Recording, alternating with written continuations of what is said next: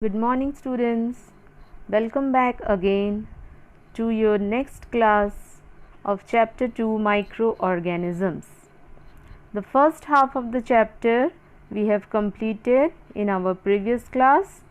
Today we will learn about the second half of our chapter, that is about useful microorganisms and harmful microorganisms.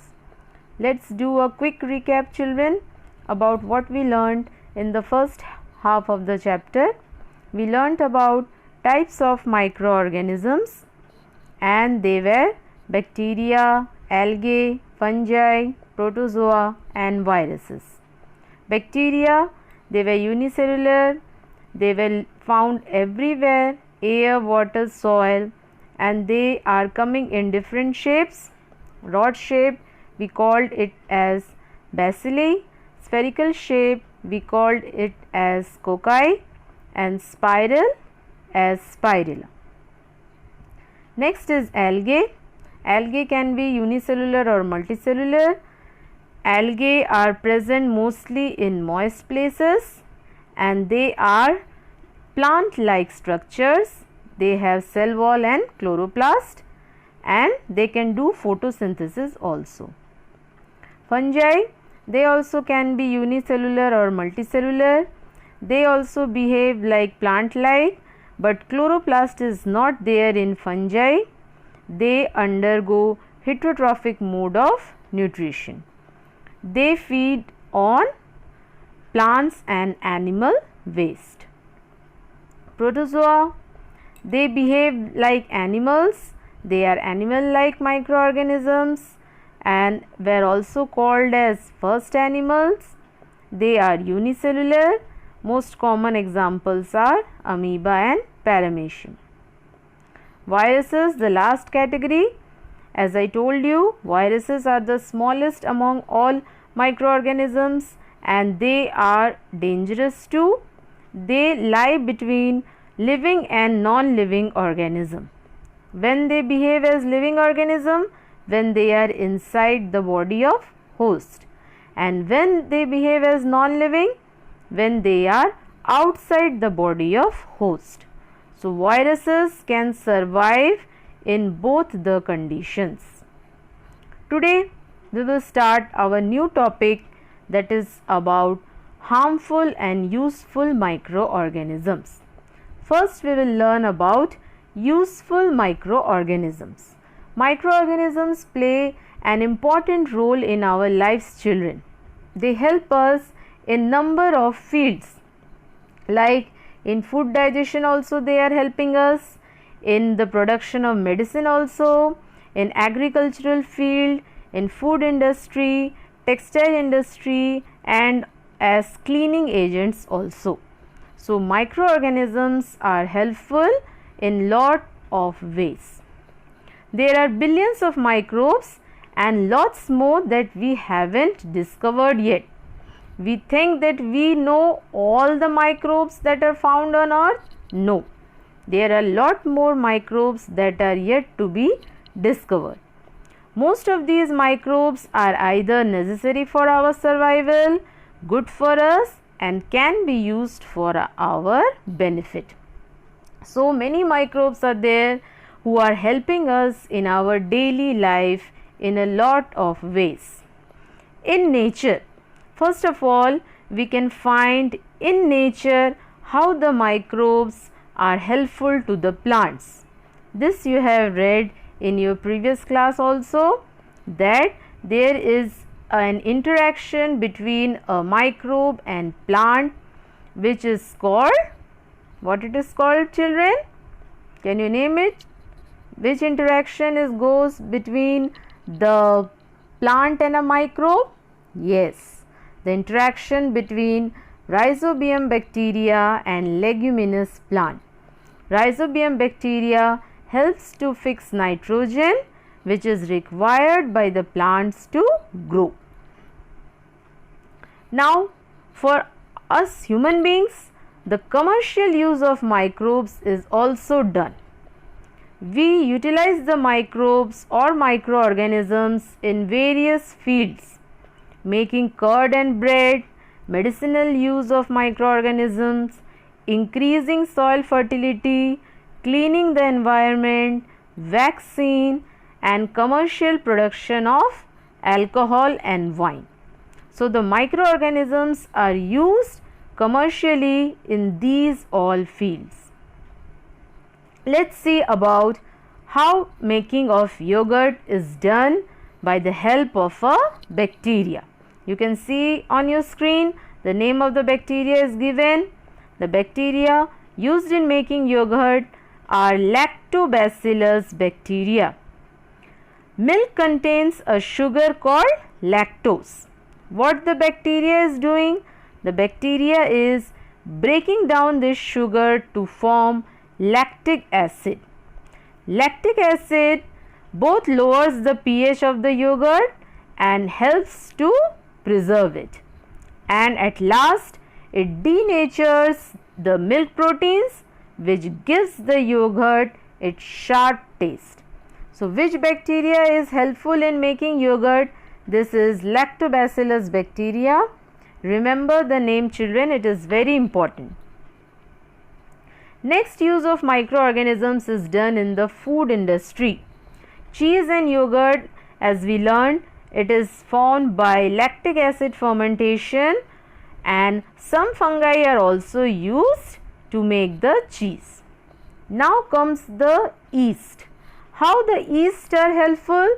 Yeast, or you can say it is a type of fungus, is used in baking and brewery industries for making bread, alcohol and wine. Yeast, what it is doing? It is breaking down glucose that is present in bread, fruit juices, etc. and what it is forming? Ethyl alcohol and carbon dioxide. These two things are produced when the yeast break down glucose present in the food items. This process is also called fermentation. Fermentation, you have heard the word many times. Sometimes when your mother cooks idlis or dosas, what she is doing? She is keeping the batter overnight to ferment, and she tells also, let the batter be ferment, then the food item will be more soft and fluffy. So what happens in fermentation? The carbon dioxide that is released during fermentation makes these dhoklas or idlis soft and fluffy. So what reaction is going on when the yeast is doing this fermentation process? The yeast breaks down glucose present in food items, and what two things are forming? Ethyl alcohol and carbon dioxide gas. So commercially, the microorganisms are used for the production of wine, alcohol and acetic acid. Yeast is very helpful. It is used for the production of alcohol and wine.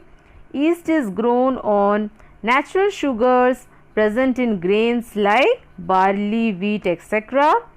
and the fermentation process in which the yeast converts the sugar into alcohol. So these are the commercial uses of microorganisms. Let's learn this fermentation process nicely. What is fermentation? Fermentation is the production of ethanol, or you can call it as ethyl alcohol. It occurs when yeast breaks down sugar in the absence of oxygen. This fermentation reaction occurs in the absence of oxygen. Fermentation is used to make alcoholic drinks such as beer and wine, and carbon dioxide gas is also produced during fermentation. See the reaction, what it is? Glucose after fermentation changes into ethanol and carbon dioxide, and this is done by the yeast. Now comes the medicinal use of microbes. The microbes are very important in the medical field also, children. we think that we all are taking medicines whenever we are ill. But from where these medicines are coming? These medicines are actually antibiotics. Whenever we fall ill, we take medicines, and these medicines are the antibiotics. These antibiotics are formed by the microorganisms. So what is the meaning of the word antibiotics? Anti means against, bio means life. So what is an antibiotic? It is a drug. Actually here drug is meaning a medicine. It is a medicine that kills or slows the growth of bacteria. These medicines are capable of killing harmful microbes. Bacteria and fungi are used to make antibiotics. Remember these?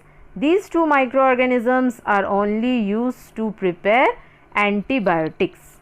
One is bacteria and another is fungi. The first antibiotic was discovered by Alexander Fleming in 1928. Can you tell me the name of that antibiotic that was discovered first? Very good. Those who have answered, it is penicillin. And this antibiotic penicillin was obtained from a fungus called Penicillium.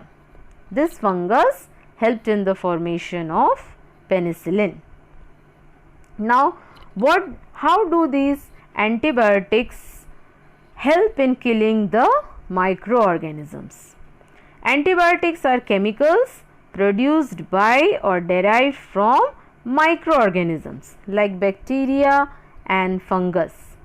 They are also able to kill variety of other microorganisms. Some examples of antibiotics can you name, children?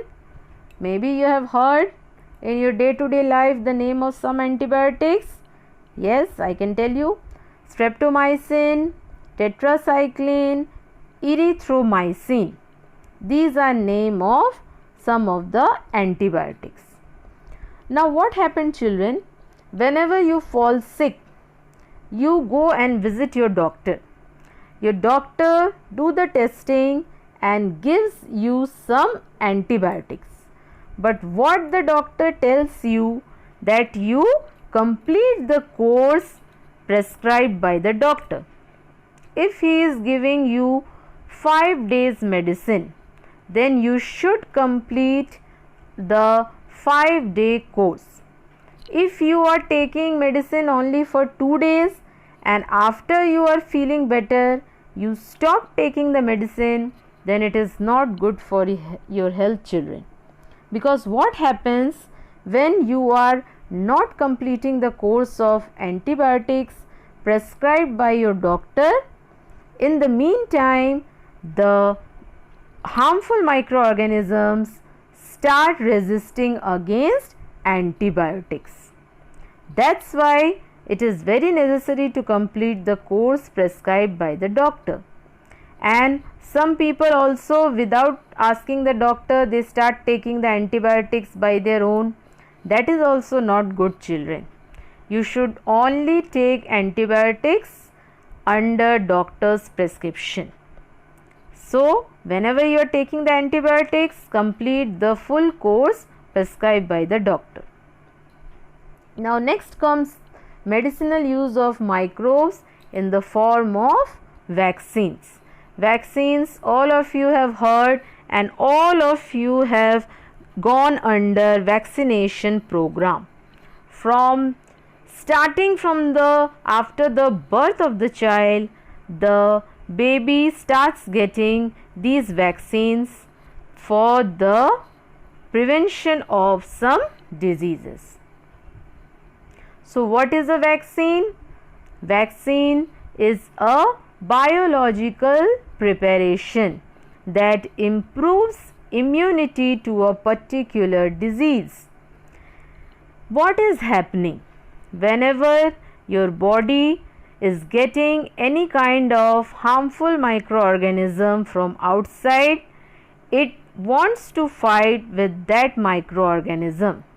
If your body wins the fight, then it is said that you are having a strong immunity. But in case your body is not able to fight with the disease, then it is said that the person's immunity is low. So a vaccine helps to improve the immunity of the person to a particular disease. It helps us to fight against a particular disease. Vaccine, proper definition, is a suspension of dead or weak microbes which, when injected into the body, stimulates our immune system to produce special proteins called antibodies to fight diseases. So what are these vaccines? These vaccines are actually suspension of dead or weak microbes. Suppose you are given a vaccine of smallpox. That vaccine of smallpox is containing dead or weak microbes of smallpox. It is containing the smallpox microbe in it, but the microbe is dead or weak. So whenever that microbe is injected into the body, what it helps? It helps in the production of antibodies, because our body thinks that one pathogen has gone inside the body. It thinks that this pathogen will start producing disease. So our body start producing antibodies to fight against the disease. Now the microbe was weak or dead, so you will not suffer from the disease. But what will happen? These antibodies will remain in the body and protect it from any microbial attack in the future. Now once antibodies are produced inside your body, it remains in your body and protects your body from further microbial attack in future. So these vaccines provide immunity to our body against diseases. The process of vaccination works under the principle that prevention is better than cure. We should take the preventive measures first, then it is better than having the disease itself. So let's learn some history about vaccine. Edward Jenner in 1796, he discovered the first vaccine for smallpox. I think the date may vary. In some books it can be written as 1798. So don't worry about that. But remember that Edward Jenner produced, or you can say discovered, the first vaccine, and that was for smallpox. After that, many microbiologists and all started producing vaccine, and it helped a lot for fighting against the diseases. Now what is vaccination? Definition: the process of injecting a vaccine in an organism's body for protection against disease is called vaccination. This whole process is called vaccination when vaccine is being injected in an organism's body. When a disease carrying microbe enters our body, the body produces antibodies to fight against the microbe. The body remembers how to fight the microbe if it enters again. So this memory is there present in our body to fight against the disease causing microbe that has entered earlier. So if dead or weak microbes are given in a healthy body, the body fights and kills them by producing antibodies. So when vaccines are put inside the organism's body, healthy body, what the body is doing? It is starting the production of antibodies. Now those antibodies remain in the body and we are protected from the disease causing microbes. This is how a vaccine works. Sometimes you may remember that after you have taken a vaccine, the doctor says that fever may come or you can feel some pain, because at that time your body is producing the antibodies and fighting with the dead or weak microbe that has entered in your body through the vaccine. But in future, if the original microbe or if the severe disease causing microbes enters your body is prepared to fight with that microbe, because already the body is having antibodies to fight against the disease causing microbes. So several diseases are there which are prevented by vaccination nowadays: cholera, tuberculosis, typhoid, polio, smallpox, hepatitis, measles, etc. Many diseases are there whose vaccines are available nowadays. Why are children and infants given vaccination? A very important question, that right after the birth of a child, he or she is given vaccination. Why? Polio drops are given to children are actually a vaccine. Smallpox has finally been eradicated from most parts of the world. These days, vaccines are made on a large scale from microorganisms to protect humans and other animals from several diseases. So, right from the childhood, the vaccines are given so that our body develops a strong immunity from various kinds of diseases. Now, next help or next usefulness of microorganisms comes in the field of cleaning the environment. Microorganisms play a very important role in cleaning the environment, and this is done by the group of decomposers. Microorganisms such as bacteria and fungi help in cleaning the environment by decomposing dead and decaying organic matter. What they are doing? They are decomposing the dead and decaying organic matter, and the nutrients that are trapped in the bodies of dead plants and animals goes back into the soil. Thus, they are making the soil nutrient rich. These organisms therefore are named as cleaners of our environment, or another name is decomposers. Examples are fungi, bacteria, and some kinds of worms also. Now, next role played by microorganisms is in the digestion process in the digestive systems of ruminant animals. This you have learnt in your previous class, that some bacteria and protozoa are present in the digestive system of ruminating animals like cow, sheep, etc., and they help in the digestion of cellulose.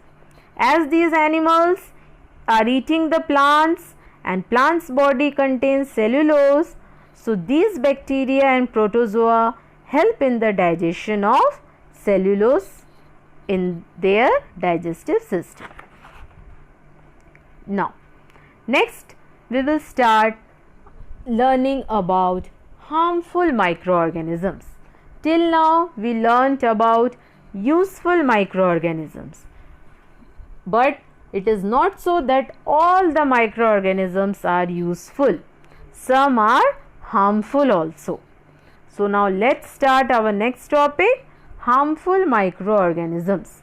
Microorganisms are harmful in many ways.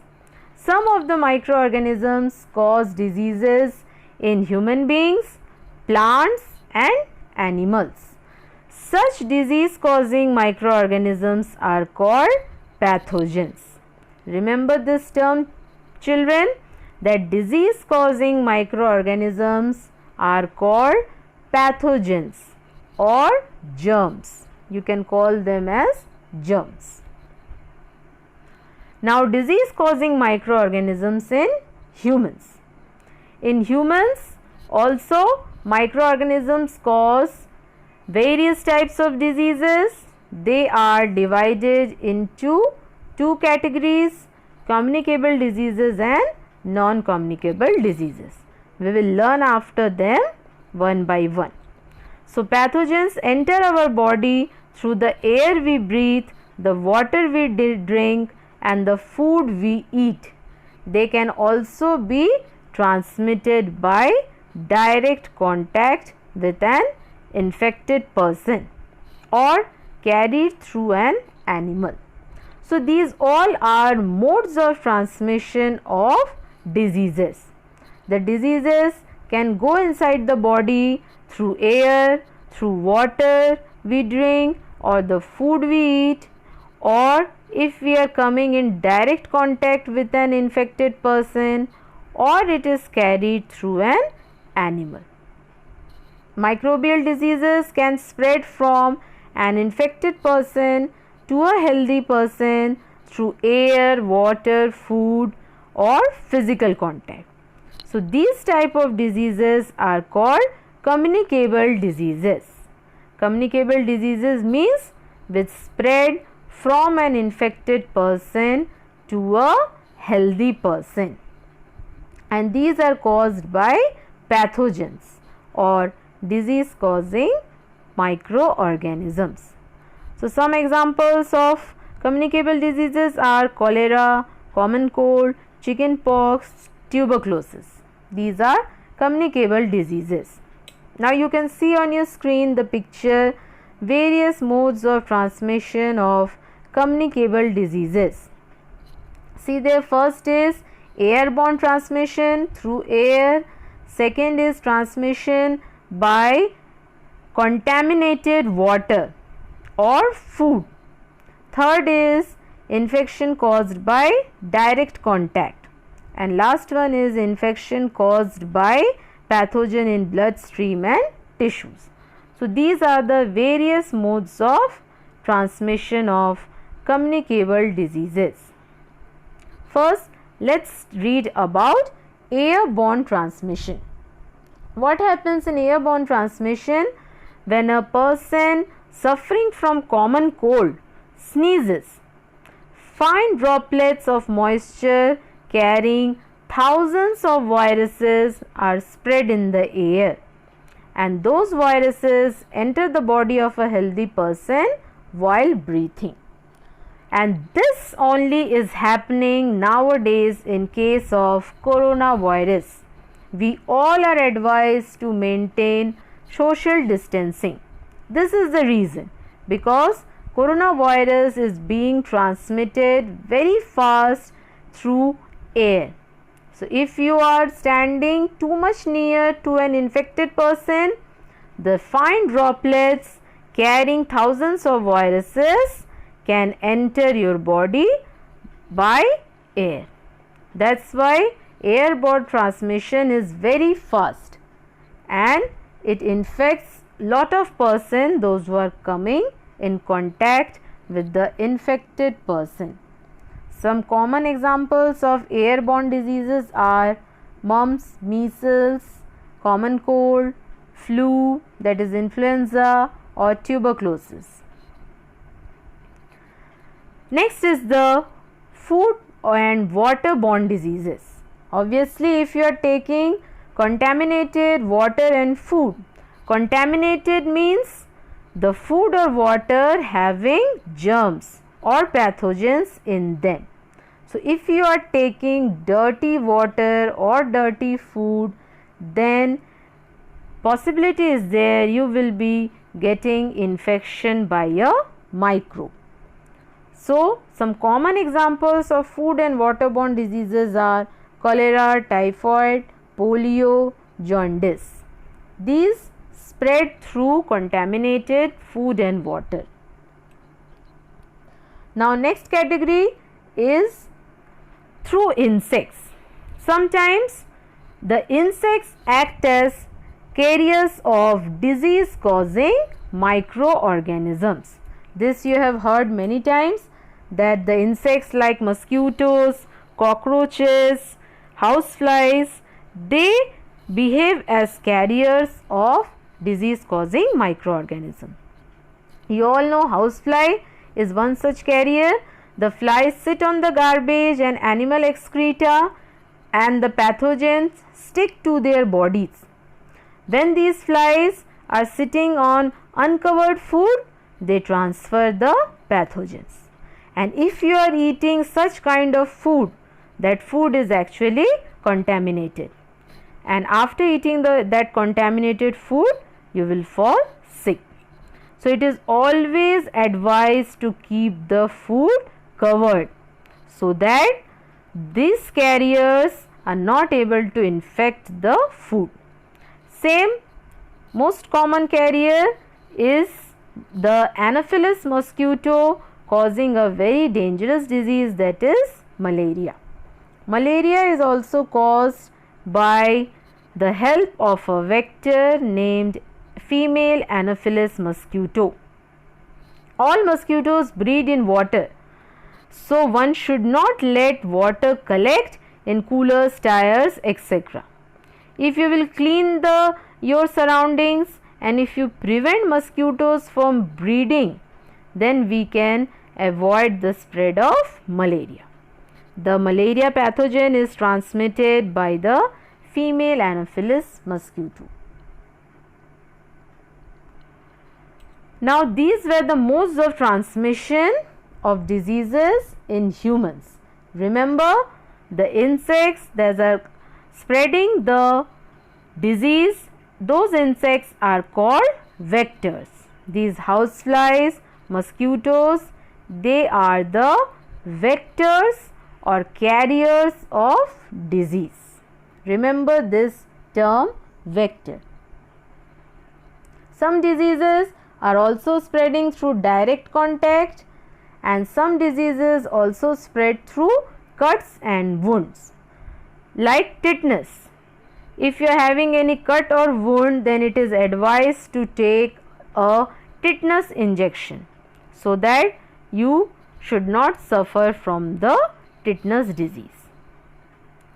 Now we will learn about the disease causing microorganisms in plants. In plants also microorganisms cause diseases, and like wheat, rice, potato, sugarcane, these all plants are also suffering from the diseases caused by microorganisms. The diseases reduce the yield of crops, and some chemicals are used to kill the microbes. These diseases affect the growth of the plant, so it is very important to prevent the plant from such diseases. See here, some few examples are given. First is rust of wheat. It is a fungal disease and it is occurring in wheat plants. Second one is citrus canker. It is a bacterial disease and it is happening, you can see, in citrus fruit. Citrus fruit, you can see in the picture, it is fully covered by the disease. The name of the disease is citrus canker. In animals also diseases are caused, like anthrax. It is caused by bacteria, and the animals also suffer from these diseases by microorganisms. Now we will learn about the communicable diseases that we have discussed earlier. So what is a communicable disease? a disease which is transmitted from one person to another person is called a communicable disease. And specifically, if you write a disease transmitted from infected person to a healthy person is called a communicable disease. Example, tuberculosis, and many other examples are there, you can write. Next topic is food poisoning. Food poisoning you have heard many times. Whenever you visit doctor and say to him that my stomach is paining, then the doctor advises that maybe you are having food poisoning. So what is actually food poisoning? Sometimes the microbes grow on food. They produce toxic substances. If you have not kept the food properly, if the food is not preserved, then chances are there the microorganisms grow on food, and that food is having toxic substances. If you consume that food, it will cause food poisoning. So you should keep the food properly, you should store it properly, and always try to eat the food that is cooked. Cooked food gets spoiled if you are not preserving it. Suppose you are making the food one day before and you have not kept the food in refrigerator, not preserving the food, then it may happen that the food is spoiled. So fungal growth occurs on bread very commonly in the rainy season. In the summer season, you will see that the milk curdles due to high temperature.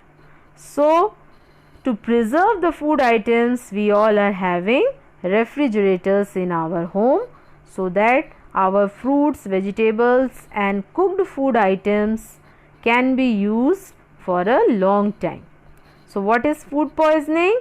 If you take such kinds of food items that are having toxic substances in them, then that is the food poisoning. Now children, you can see the two very important charts are given in your book. One chart is given in page number 27, that is common human diseases caused by microbes, and one chart is given in page 28, common plant and animal diseases. You have to learn both these charts, children, and in your fair copy of science, that is science practical copy, you have to make these charts in white page of your copy. No need to draw the pictures, only you write the points that are given in the chart. No need to paste the pictures. You just learn and make the chart in your science copy in white page. So I hope children, all of you understood about harmful and useful microorganisms. Both type of microbes are present. Some are useful, some are harmful. So if you are having any doubt, you can ask me. Learn the chapter nicely. Thank you children.